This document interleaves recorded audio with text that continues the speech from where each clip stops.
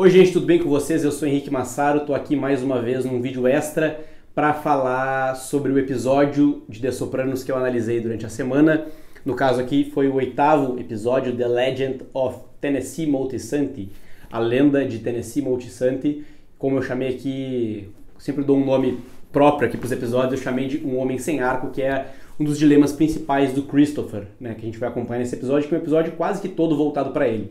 Né, uma coisa que foi bem legal, que atribuiu um novo significado para o Christopher dali para frente. Né? Ele já vinha ganhando importância, mas esse é o episódio mais importante dele até aqui, né, nessa primeira temporada de The Sopranos. E eu tô aqui nesse vídeo extra para falar sobre coisas que não cabem no nosso vídeo de análise, algumas curiosidades e tudo mais, como vocês já sabem. Nunca posso falar o suficiente, deixem um like, comentem aqui embaixo o que estão achando desses conteúdos, isso ajuda muito a eu continuar fazendo vídeo de The Sopranos, que eu sei que é uma coisa que a galera quer bastante, e fazer com que esse vídeo chegue em mais pessoas. Eu tô bem satisfeito com os números que a gente tem aqui, mas eu tenho certeza que o universo de amantes de The Sopranos no Brasil é muito maior. Então esses vídeos precisam chegar nessas pessoas. Sem mais delongas, vamos falar aqui então sobre esse episódio que foi dirigido pelo Timothy Van Patten. Tá, eu não comentei isso na análise, mas ele foi o maior diretor da série. Ele dirigiu 20 episódios de The Sopranos, esse foi o primeiro dirigido por ele. É um cara que vai ter uma contribuição muito grande, então, né, para The Sopranos. E, mais uma vez, esse episódio teve um roteiro do Frank Renzulli, que foi o mesmo roteirista do episódio 6, o Pax Soprana, sobre o qual já falamos aqui. Tem algumas referências, algumas questões que são bem interessantes da gente comentar, tá, durante esse episódio. Eu acho que ele é um episódio muito voltado para o Christopher, como eu disse, mas ele é muito sobre a questão de construção de personagem como um todo e formação de estereótipos, né? O Tony tem um papel bem importante nesse episódio aqui também, e essa questão de desconstrução, de reinvenção de gênero está muito, muito presente em toda a série, e nesse episódio aqui é um dos mais, eu diria, que tem essa coisa de desconstruir o gênero, de reinventar o gênero, né? Bons gêneros estão sempre fazendo isso, como eu disse. Por exemplo, eu mencionei no vídeo, né, que o tiro no pé, isso é muito, muito legal, né? Porque existe um autorreferenciamento aqui e uma referência que vai mais longe. O Christopher dá o tiro no pé do cara ali, que desrespeita ele na confeitaria, e é muito louco porque o David Chase eu comentei isso rapidamente no vídeo, tá? Mas faz o Michael Imperioli, que interpreta o Christopher, fazer alguém passar pela mesma situação pela qual ele passou durante Os Bons Companheiros, né? Naquela cena bem conhecida que o personagem do Joe Pesci começa a atirar no chão e até atingir os pés do Spider, que ele depois mataria, né? na cena seguinte. Foi um dos primeiros papéis ali do Michael Imperioli no cinema. Então existe essa referência, mas essa referência também é ao western. Né? O tiro no pé é uma cena clássica do western, de fazer o cara dançar e tal. E tá, como eu disse, no primeiro western a ser feito, é um filme de 1903. Eu vou deixar linkado aqui, enfim, vocês encontram no YouTube, é um filme de pouco mais de 10 minutos. E ele tem O Grande Roubo ao Trem, é um filme só com música tocando, totalmente preto e branco e tudo mais. E já tem isso, assim. Então, o David Chase estabelece um paralelo entre a máfia e... Não é mais que um paralelo entre a máfia e o western, mas mostrando que a máfia já compõe o imaginário popular e cultural como um gênero próprio, assim como os filmes de cowboy, né? Por mais que alguns americanos não aceitem isso, alguns italo-americanos fiquem revoltados com isso, é uma coisa que, enfim, o mundo é o que ele é, né? Então tem essa referência que é bem interessante. Algumas outras, ainda nessa cena dessa cena da confeitaria, aparece, quem já viu The Sopranos, aparece um cara chamado Gino, né, que é o cara que vai passar na frente do Christopher, e ele é um cara que vai voltar à série depois como o Vito Spatafori, né, um cara que vai ter uma importância bem grande e tal, depois a gente pode comentar, e é o mesmo ator, né, que interpreta, é o Joseph Ganascoli, tô lendo aqui. Isso fica um pouco estranho, né, e tal, mas depois o David Chase diria que na verdade não, o Gino era um irmão gêmeo do Vito que não seguiu carreira na máfia, se afastou do irmão e tal, então ele deu essa explicação aí depois, de que na verdade eram irmãos gêmeos, né, para não ficar tão estranho. Não seria a única particularidade de personagens, assim, de atores durante a série. Tem atores que vão surgir, depois vão ser substituídos e tal, mas nesse caso é o mesmo ator, depois faria outro personagem. Ele faz, como Gino, ele faz só essa cena aqui, se não me engano. A questão dos sonhos, né? O David Chase já disse algumas vezes que os sonhos não significam nada em The Sopranos, né? Que não é para ter significado nenhum. Mas isso, eu acho que ele não é tão, como eu posso dizer, ele não quer ser tão reducionista quando ele diz isso. Ele quer dizer porque os sonhos em si talvez não signifiquem nada se a gente não atribuir contexto e significado a eles. Entender o que o sonho significa depende muito da nossa interpretação. Totalmente. Né? Em terapia, a gente vai ouvir isso, a gente vai poder interpretar várias coisas. E nada é muito binário, é isso ou isso. Podem ser várias coisas. Eu acho que é mais isso que ele quer dizer. Portanto que os sonhos dele, que parecem muitos sonhos mesmo, tem vários elementos surrealistas e tal, sempre tem elementos que a gente consegue conectar com o que está acontecendo com os personagens, como é o caso das salsichas ali, ele está sendo assombrado pelo Emil Kohler, e tem uma referência rápida que ele coloca que é o número 34, que é o que aparece atrás do Christopher quando ele está no balcão, e depois vai ser o mesmo número que ele vai tirar ali para ser atendido na confeitaria. Isso é, obviamente, de propósito, talvez não signifique nada, talvez a gente possa fazer uma ligação, enfim. Sobre esse sonho, eu sempre gosto de ver a interpretação das pessoas sobre os sonhos em The Sopranos.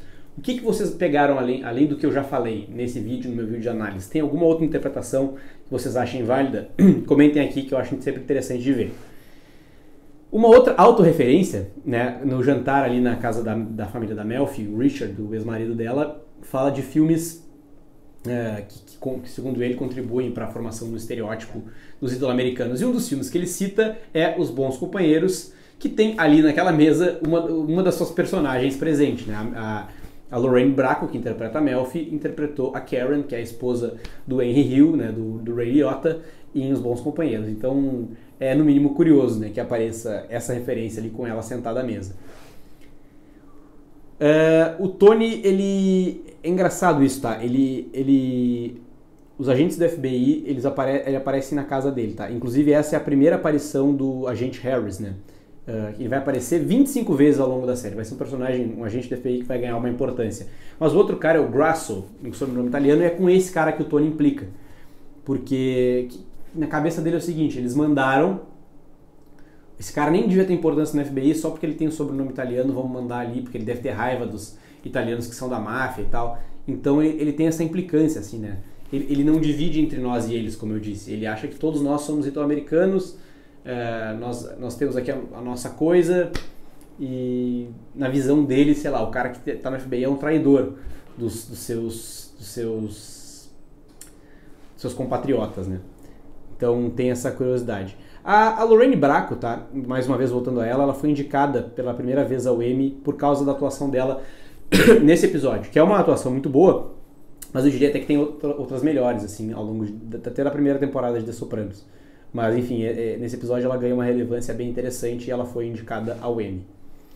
Essa cena do Paulie com o Christopher, eu não acredito que eu não coloquei ela de alguma forma no episódio. Eu coloquei a discussão dela sobre o Christopher achar que não tem arco e tudo mais, mas eu acabei não falando dela, porque eu adoro essa cena.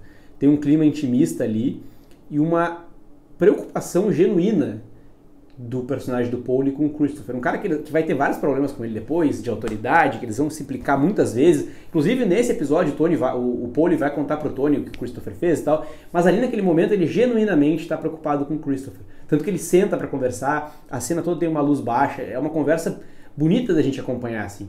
De um cara que já passou por tudo que ele está passando, talvez, e com ambições diferentes, né? O Paulie chega a dizer para ele, eu não tenho também arco, eu sou um cara que... sou um meio mafioso, passei uns anos no exército, outros anos na cadeia, e agora estou aqui como sendo um meio mafioso e aí um dia eu vou morrer e é isso aí. E a vida é muito isso às vezes também, né? Só que pro Christopher essa visão simplesmente não é suficiente. Ali é um choque assim de visões de mundo e de anseios que cada um tem que é muito interessante da gente ver. E o Paulie, genuinamente, como eu comentei, preocupado com o que o Christopher está passando. E eles falam sobre ser escritor, né? E eles dizem que sobre você estar escrevendo e o Paulie fala, tu não vai te matar que nem aquele cara daquele bullfighter, o cara das touradas. Ele está se referindo ao Ernest Hemingway, né? Que é o autor famoso que se matou no fim da vida. Então tem essa referência que é interessante. Uma outra referência a escritores tá no próprio nome do episódio, né? Que é The Legend of Tennessee Moltisanti. É uma referência ao Tennessee Williams, né? O dramaturgo lá, que inclusive ganhou o prêmio Pulitzer, extremamente célebre, que eles colocam aqui como uma brincadeira com o Christopher, que claramente não tem muita capacidade de escrever, escreve mal e errado, mas é uma piada que ela diz muito porque escolheram um autor que colocou ali no seu nome, que tem no seu nome o nome de um estado americano, né? Tennessee. Então, a gente pode entrar numa viagem grande sobre isso, sobre a discussão do episódio sobre ser americano, ser ítalo-americano, como o Christopher talvez seja o mais americano dentre todos aqueles homens, o cara que cresceu mais imerso na cultura tipicamente americana, tendo convivido com poucas pessoas que eram realmente italianas e tal. Então, até nessa referência aí, a gente tem a oportunidade de refletir bastante. Como eu comentei, eu estou um pouco rouco, como vocês devem ter percebido. Como eu comentei, o Sopranos troca atores algumas vezes e tal. Aqui, por exemplo, aparece a esposa do Big Pussy, que é uma atriz que não é acreditada no episódio, e depois ela vai trocar, não vai ser mais essa mulher aqui, vai ser a Toni Collette que vai interpretar a Andy Bonpensiero, acho que é o nome dela. Então vai trocar também. A esposa do Silvio já mudou também e tal, então tem essas coisas.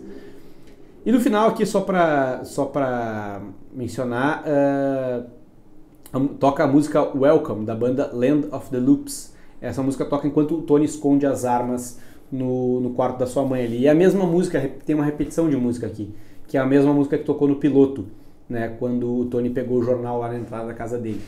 Que inclusive a gente pode pensar, de novo, não sei se foi o que quiseram fazer, mas não importa, se eu conseguir chegar a essa conclusão e estou provando aqui, tá tranquilo.